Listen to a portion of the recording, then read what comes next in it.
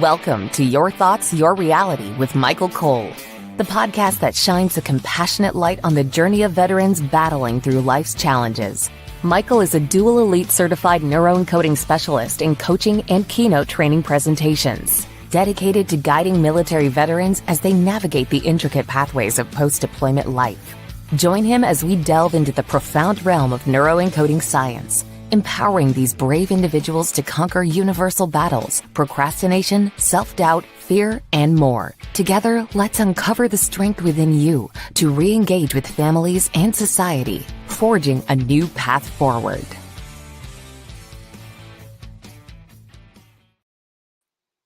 Hello, everybody. So today we have my dear friend Tina Parker from Lead Outside the Lines on again.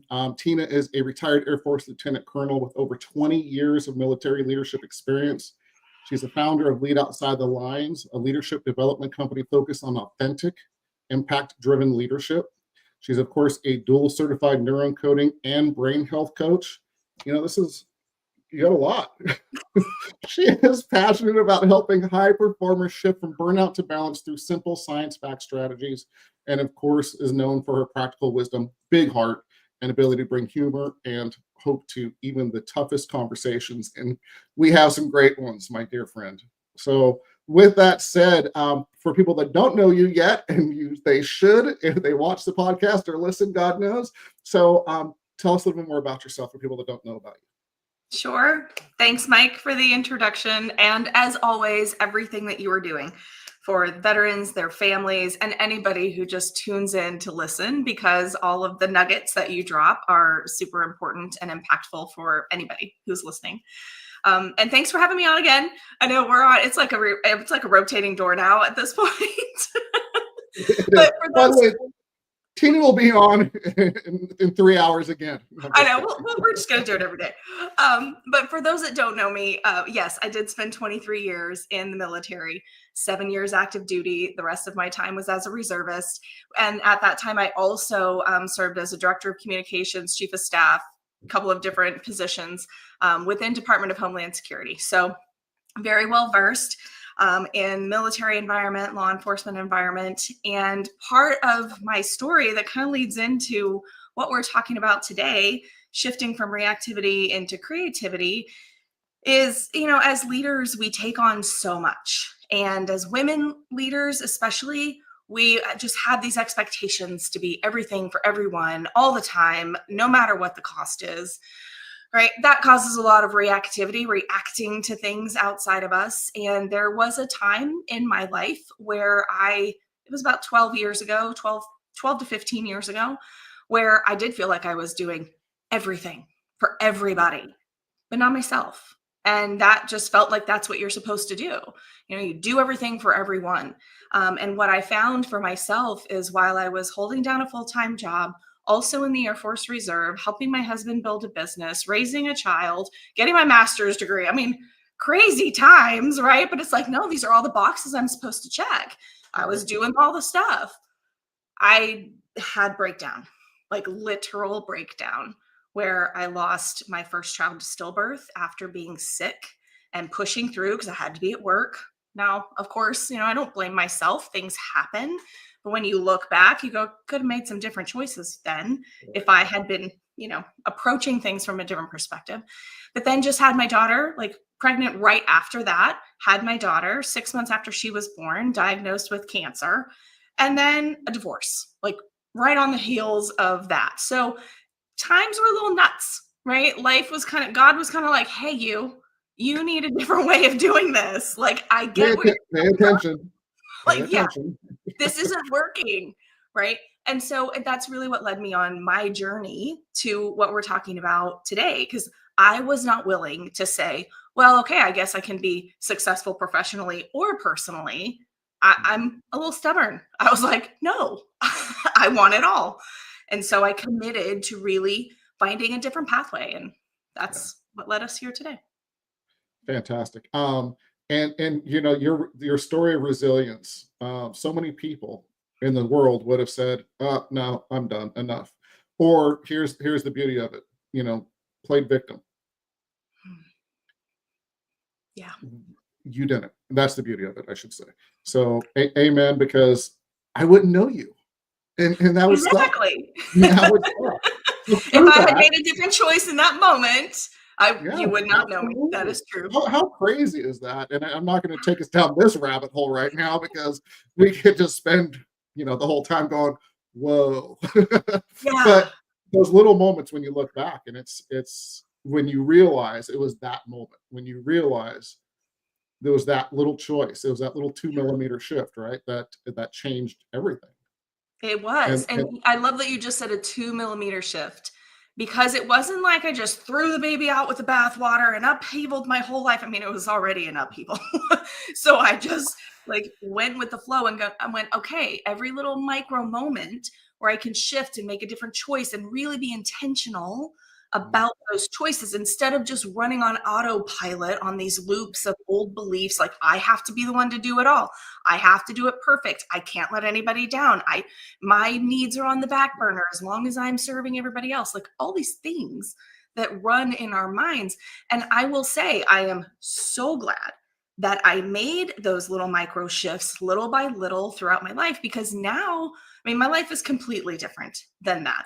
I mean, it led me to the most prosperous and fulfilling career that I have ever felt and ever had, right? Serving high impact, heart centered women to be in their authentic power. Like, what's better than that? Right. right. And my daughter's a teenager now. So we all kind of know how that goes. But we have a strong relationship with each other. I know you're like sending you prayers. And though a healthy, not always fun, but a healthy co-parenting, relationship with her dad, my ex, which Right. is always easy. I'm remarried now to an amazing man and I'm healthy. And so, life doesn't stay in those moments of sorrow and you're like in the depth of, when we talk about the hero's journey, there's that dip where you're like sitting in the pool of all the crap and you're like, Right. where would I go from here? There are options.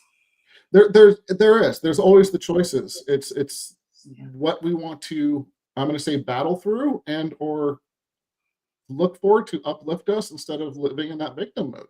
So I think we just jump right into reactivity. Let's go. Yeah. So before we do, I just want to remind everybody on the top right-hand corner of your screen, there's a blue QR code. It takes you to empowerperformancestrategies.com. Again, for people listening on the podcast forums later on, it's empowerperformancestrategies.com. There's all kinds of resources, books I've written for veterans and their families, as well as Facebook groups for both families and veterans, of course. So come join us. Be part of our mission to help. So with that said, reactivity. Tina Parker, all of the things that are so easy to be reactive to. Tell us your thoughts first on what reactivity generally means so that just people are on the same page as us. And then we'll dive into how to the skills and different aspects to change reactivity into creativity so you can have that life of fulfillment and not just say, oh shit, here we go again when something comes up. Yep. Yeah. So when we think of reactivity, I mean, everyone knows like when we're like, oh, I flipped my lid and I just reacted to something out of like, I wasn't really thinking about it, it just happened. But when we think of consistent and chronic reactivity, I mean, really all we have to think about is the world we live in right now. Like how dynamic and how much change, right? There's this change curve happening right now where humans actually feel like we don't have the skills to adapt to the amount of change that is happening right in our lives. And that can cause, along with everything else, limiting beliefs and conditioning that we've had in our lives about how we have to show up, right? All of these things create a feeling of demand and obligation and pressure on us. And when that demand outpaces the resourcefulness that we feel inside of ourselves to respond, to take a pause, to be intentional about how do I want this experience to go, when those demands feel bigger and more pressured than our ability to respond to them, well, that's when we're constantly like flipping our lid and losing our Snickers. And we get For into losing or what? for Snickers. I was trying to be nicer. You're Sorry, losing your. Couldn't let that one go. No, I say that with my daughter. And what's hilarious, and I want to bring this forward. So, my daughter's a teenager. So as we talk about reactivity versus creativity, and it does take intention to choose to be creative.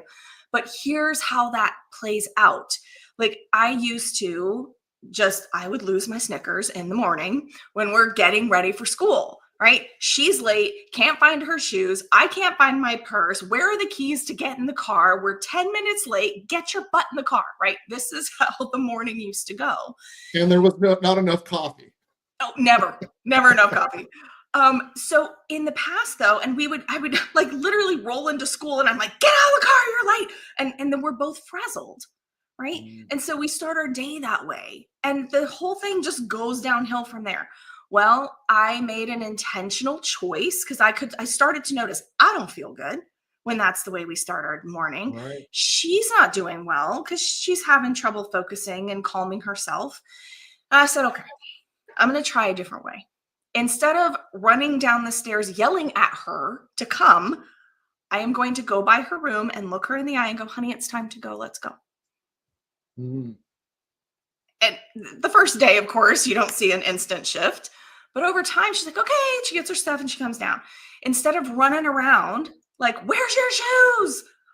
The night before, I'm like, babe, put your shoes by the door, please, so you have them when we're ready to go. She's like, okay. She does it, right? Over time, she shared with me, she's like, Mom, I have a much better day when you don't lose your Snickers in the morning. That's where that came from. I love it. I absolutely love that.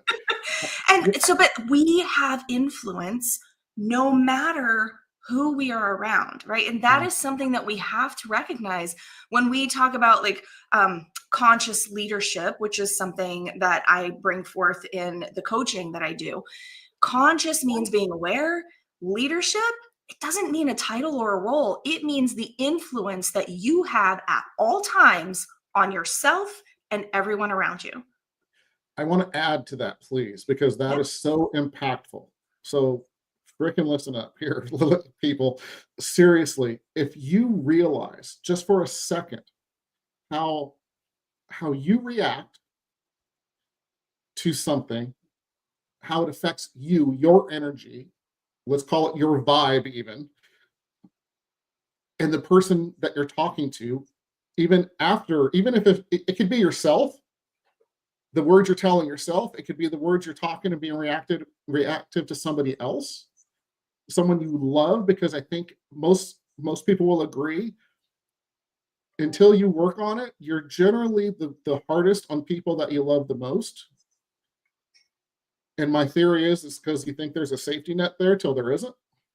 So remember that at some point there isn't. But the person that you talk to, or the person, that energy that you're putting into the world, the kindness or vice versa, impacts, just like Tina was just saying, impacts that person. And guess what? That impacts everybody else they talk to, impacts everybody else they talk to. So you talk about creating a ripple effect. Bullshit. It's literally a tidal wave when you're reactive, and even better when you're creative and kind. I just wanted to add that. Yeah, I really love that you added that, because it is a tidal wave, and that's a great way to say it. Because even when you think about my daughter going to school, if she's like, because I was that way in the morning, everyone else around her is affected by that energy too. Yeah. And you're right, we are the hardest on the ones we love, because there is this sense of I can just be me, I can let down my guard. Letting down your guard doesn't mean that we react to all the things going around us. Right? That is a choice. And a lot of times we're like, wait, I didn't have a choice. That was a trigger. Something triggered me, and I just went full throttle. Yeah, it happens sometimes. But we have talked about this before on the show.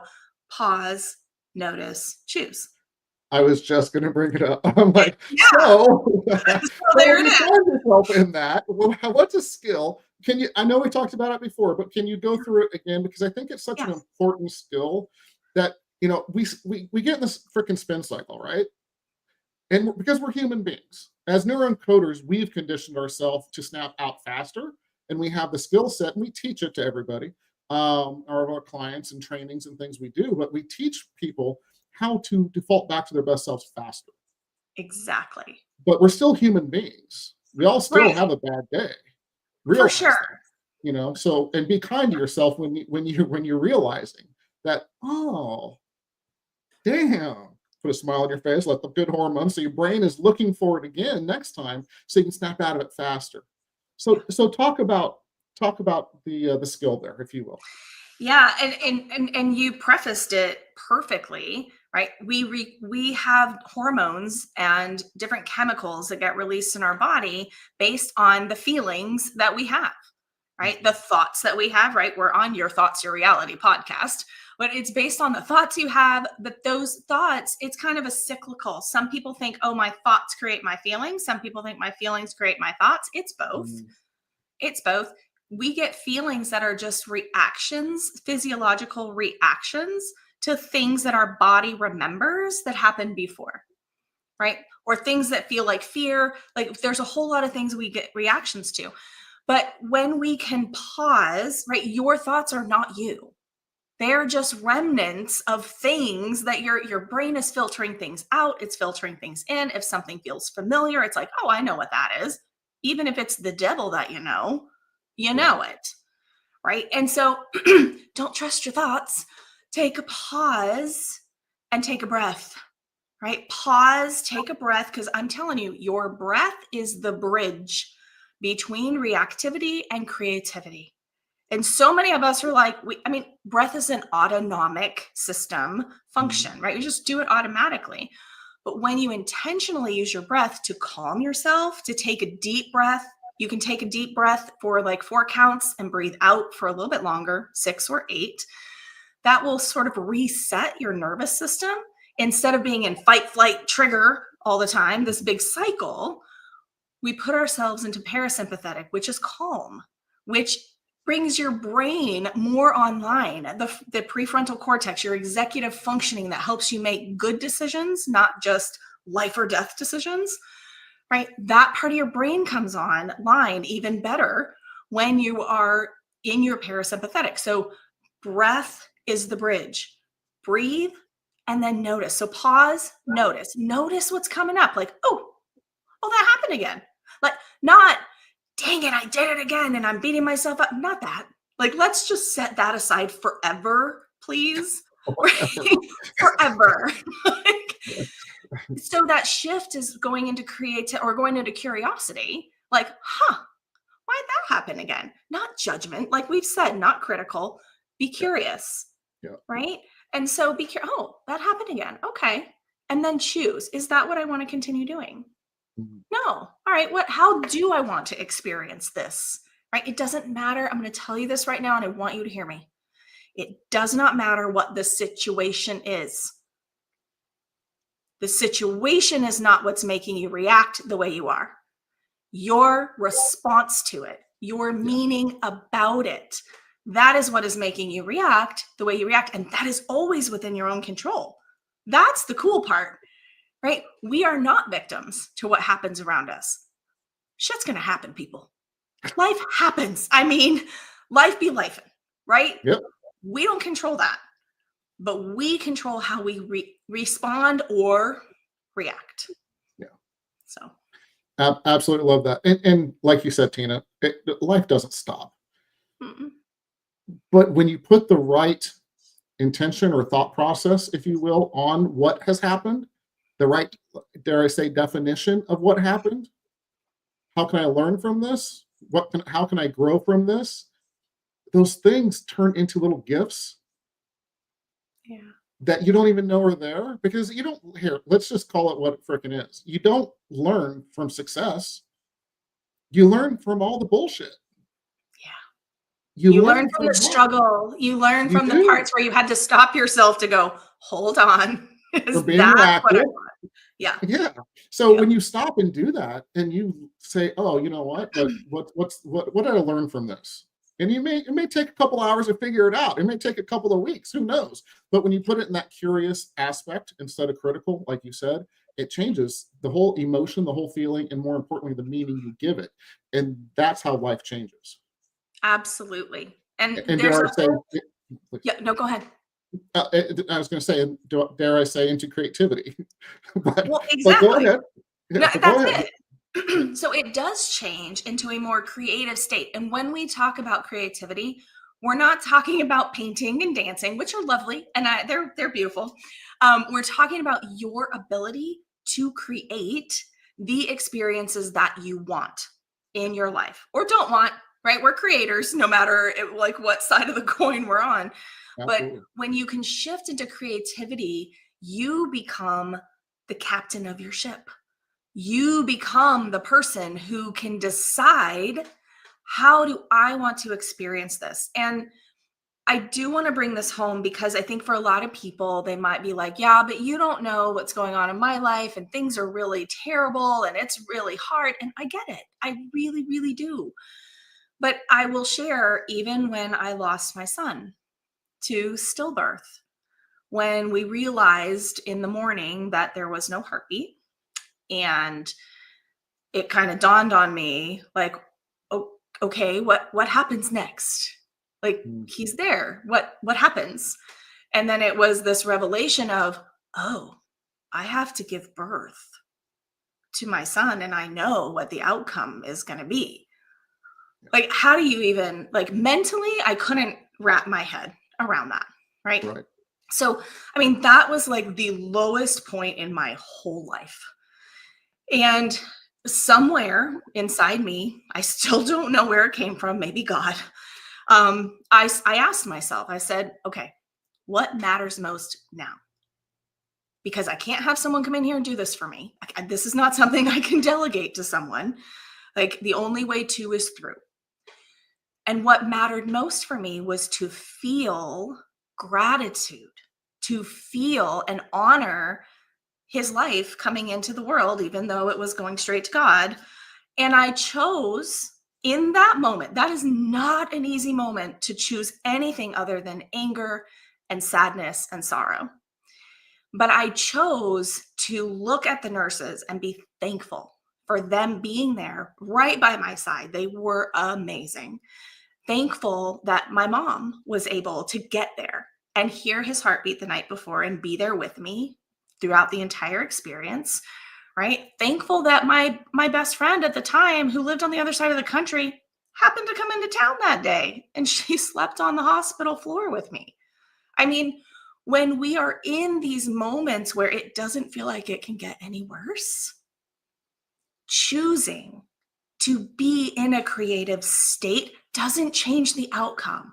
Okay, this is something really important. The outcome didn't change, but the way I experienced the whole thing has stayed with me for, gosh, I guess that was 15 years ago now. So that experience has stayed with me and that feels resonant in my body. So when I think about that day, yes, of course I'll still get sad, right? I probably have tears in my eyes right now because the feeling is there. It is infused with a feeling of gratitude for the strength of that day, for the support that was there, for the ability to go through something like that in a graceful way. And so that feeling is resonant in our bodies. It's not a mental thing. It is resonant in our bodies. We always have the opportunity, no matter the situation, to choose.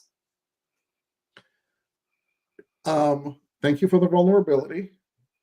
I just want to like drop the mic and just be done. I'm joking. I No, know it's hard. I know that's a no, heavy thing, but no, it's important, Tina.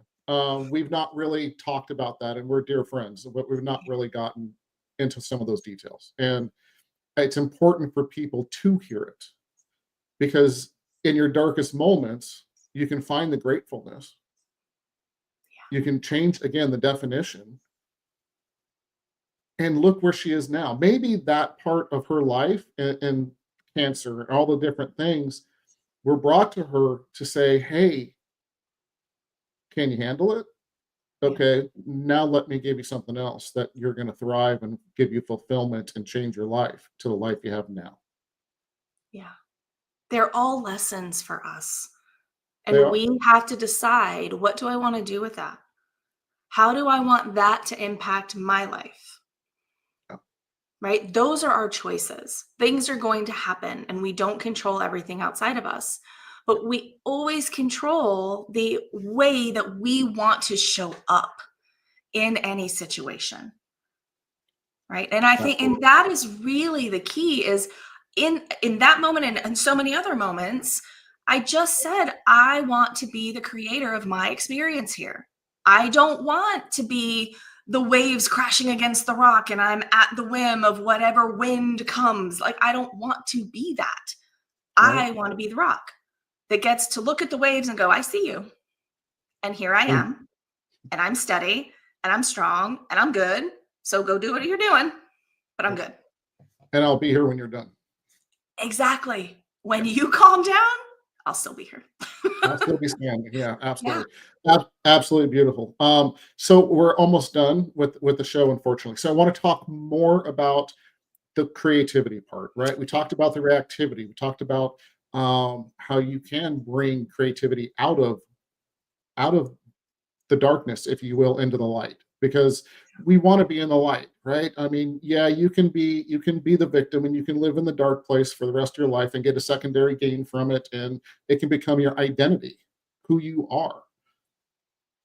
So can we talk a little bit about that, and a little bit more just about the creativity in other aspects that people might be seeing, or can change it into, I should say. Yes. And you brought up something really important, identity. It's, what do I see and believe about who I am and what's possible for me in my life? Mhm. That shapes our identity. And let's understand, that is not shaped by us alone, like at all.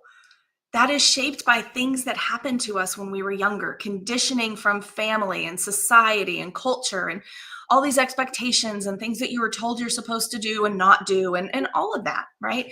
So understand that just because you might have a reactive way of being right now, that doesn't mean that you're stuck like that. All of that is based in some old meanings and definitions that are probably not even yours, right? So it does take work to really sit and go, is that really me?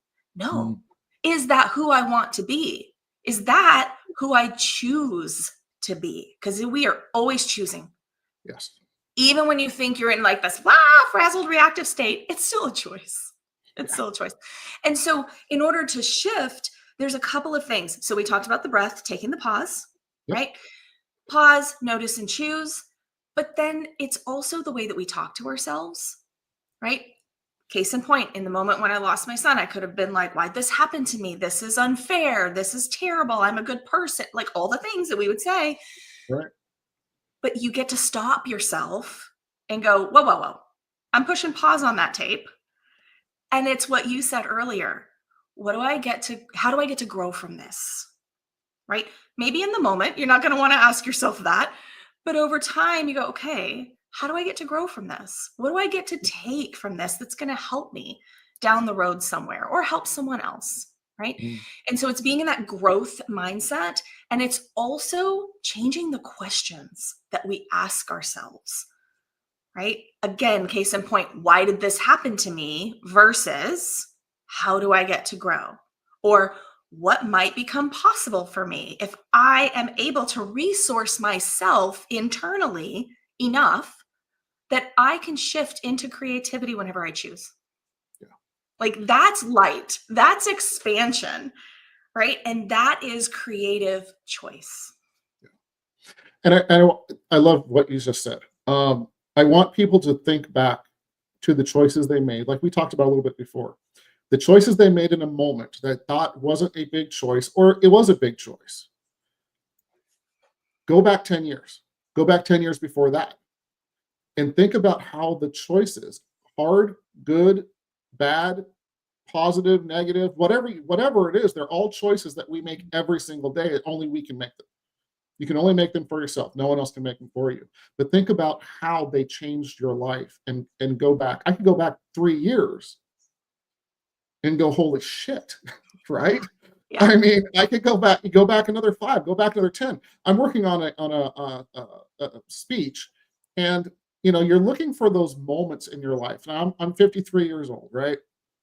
And you go back in your life and you're looking for the moments, because when you're doing a speech or presentation, you want to show the darkness and the light. I do when I'm doing my presentations. And you go back and you're just like, which dark place do I go to? Right? I mean, Yeah. can you not do that? That one. Absolutely. It's like, which one was the lowest? What's going to make the most impact? And I'm like, I need 3 days speech here.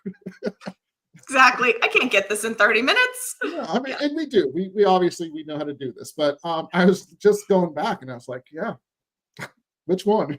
Yeah. But you go back Those and are the the stepping choices. stones. Yeah. Those Yeah, are the and stepping you go stones. back and the choices that we made from those events brought us to the light, right? And brought us to that amazing place. Yeah. And life be life, and Les Brown, thank you for giving us that. But and you will go down. Life's not this. Life's Yes. but as long as you keep moving forward and keep making the choices to not be a victim and be creative, like Tina's saying, you're gonna keep moving up. Yeah. And Yeah. my friend, that's all we can focus on doing. Exactly. And moving up, exactly like you just said, doesn't mean that you never have a dip, that you never have a drop. We are human beings. Okay. We are always going to shift into a reactive state at some point, right? So the goal is not to avoid reactivity. I mean, if I'm about to fall off a cliff, I really hope my body reacts to go, hey, you need to step back, right? So this is not like reactivity is bad. It's not. It is, are we being intentional about it? Is it helping us? Is it causing more harm than healing? That's really the question. If your reactivity is causing more harm than good or healing, then you have a choice to make. Right? Yeah. Go ahead, please. No, and I just want to preface too, like, again, it is not about external situation, right? For especially for women and for everybody, right? But there's a whole notion for women now is like the world needs strong female leaders now. And the current structure of the way that we operate in business in the world, really it was not made with us in mind, because we're at this precipice of women are coming into a different place in society than we have been in history. And so we get to chart new territory. That can feel very reactive. It can feel like I am pushing against so much. No, we don't have to push. We don't have to push. We create. So we shift ourselves into a creative state where something new gets to come forward. Yeah. And Yeah. that can happen in any scenario, in any situation. Yeah. I love what you said. And please focus on not the pushing, focus on being excited about the future and being pulled there. Exactly. Yeah. 'Cause it's Creativity is much nicer a pull, not a push against. Yeah. Yeah. With that said, we're so over time. I know. Thank you. I know. Thank you as always. Thank God we own the place. With that said, Tina, can you tell people how to reach you? And I think you have something new coming up or another project coming up that people can be involved in. So if you can tell people about that. Yes, absolutely. So LinkedIn and Facebook, if you're on social, Tina Parker or TP Sunshine, you can find me there. Leadoutsidethelines.com is our website for the company. And we're running a cohort right now of the Conscious Leadership Accelerator. And it is about resourcing ourselves, just as we've been talking about today, so that you can consistently shift into creativity, because we all have these dreams and these big goals and things that we want to create and change in the world and in our own lives, but we can't do it from a depleted state. Being resourced within is what allows us to more easily shift from reactivity to creativity. So our next cohort kicks off September 1st. You can find it on the website too if you're interested. Absolutely fantastic. And I want to thank people that have been on and putting in comments and that kind of stuff. Thank you for being involved in the podcast and so on. We didn't have a lot of time to mention you, but because we were playing with such an amazing subject and obviously an amazing guest. So just wanted to thank everybody for joining us. So with that said, you know the drill. Our three things. 3 tips to get veterans and their families further faster, please. Absolutely. You know where I'm going. Pause, notice what's going on, and choose, do I want to react or do I want to create? Yeah, absolutely love that. Do you want to add anything or is that the 3? That's it. Those are your 3. Okay. I thought so, but I want to ask. Choose. and here's what I'm going to say. Seriously, focus on those. It's seriously important. Yeah, dial into each of those because they are 3 different tips that just give you a beautiful outcome. So yes, absolutely. And thank you, Mike, for everything that you're doing again for this community and for this podcast, bringing forth all these amazing guests, and super appreciate everything that you're bringing to the world. I appreciate you. Thank you so much. Tina, as always, time is the most precious resource we have as human beings. Thank you so much for spending some more of your time with us. Thank you very much. You give us so much amazing information and just your light shines, my friend. Thank you. And on that note, everybody, we are out of here. Thank you for joining us on another insightful journey of Your Thoughts, Your Reality podcast with your host, Michael Cole. We hope the conversation sparked some thoughts that resonate with you. To dive deeper into empowering your thoughts and enhancing your reality, visit empowerperformancestrategies.com. Remember, your thoughts shape your reality, so make them count. Until next time, stay inspired and keep creating the reality you desire. Catch you on the next episode.